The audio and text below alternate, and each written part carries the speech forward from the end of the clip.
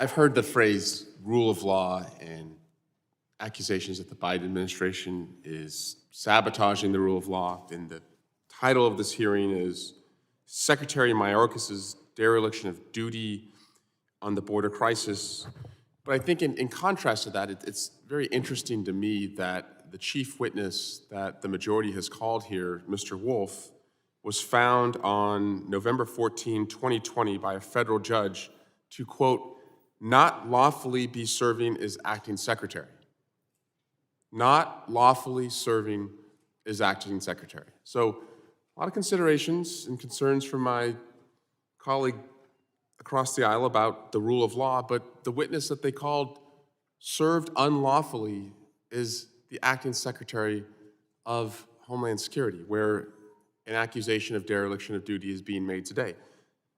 In addition to that, again, it's interesting that this is the chief witness that they've called today because on September 17, 2020, the unlawfully serving acting secretary, Mr. Wolf, failed to honor his congressional subpoena. Didn't show up, skipped the hearing.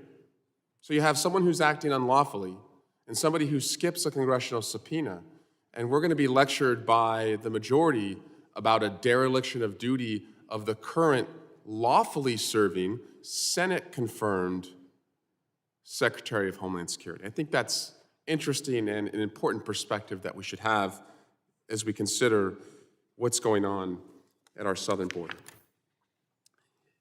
Ms. Acer, I want to speak with you just about what is going on at the southern border. And if you were to think about the migrants who are fleeing the Northern Triangle, who leave everything they know, their family, their livelihood, their culture, their homes, their community, their churches, and take the journey to America, do you believe that if we were to find a way as a global alliance, public-private partnerships, to help invest in those countries in their economic security and their physical security, and stand up and support a rule of law and go after corruption, that would reduce the number of people who came to the United States?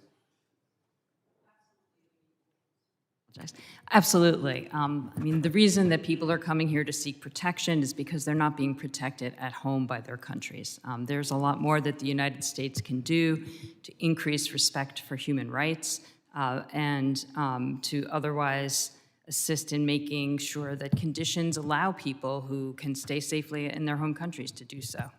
And I understand, the counter to that will be, well, why would we invest money there if we have needs here? And there's no doubt we have needs here. But if we're going to be spending the money anyway, either enforcement of the border or taking care of people who come here, to me it just seems like a better holistic investment to try and work private sector, public sector, nonprofit, NGOs in those countries to stand up, as I said, economic and physical security. Also wanted to ask, what effect do you think it has, Ms. Acer, when my colleagues across the aisle and Republicans say that we have open borders? And in fact, the title of the hearing today is Open Borders, Closed Case. Do you think if you are south of our border and you're looking for somewhere to go to keep your family safe and to find some livelihood, if you hear people falsely declaring that the border's open, do you think that makes you more or less likely to try and go to the United States because you think the border's open?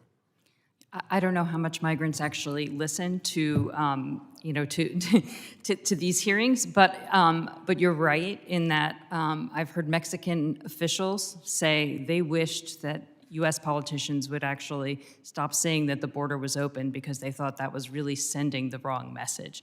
And sometimes disinformation, inaccurate information does get into Facebook groups that many migrants do follow. Thank you, Ms. Acer. And I think the lesson here is that this issue is complicated. It involves human beings who are leaving everything. We've got our own struggles in the United States and clearly cannot take on a consistent flow from the southern border. But it needs solutions, not theater. And I'm afraid that my colleagues are interested in the crisis, but but they're not interested in the solutions. And I yield back.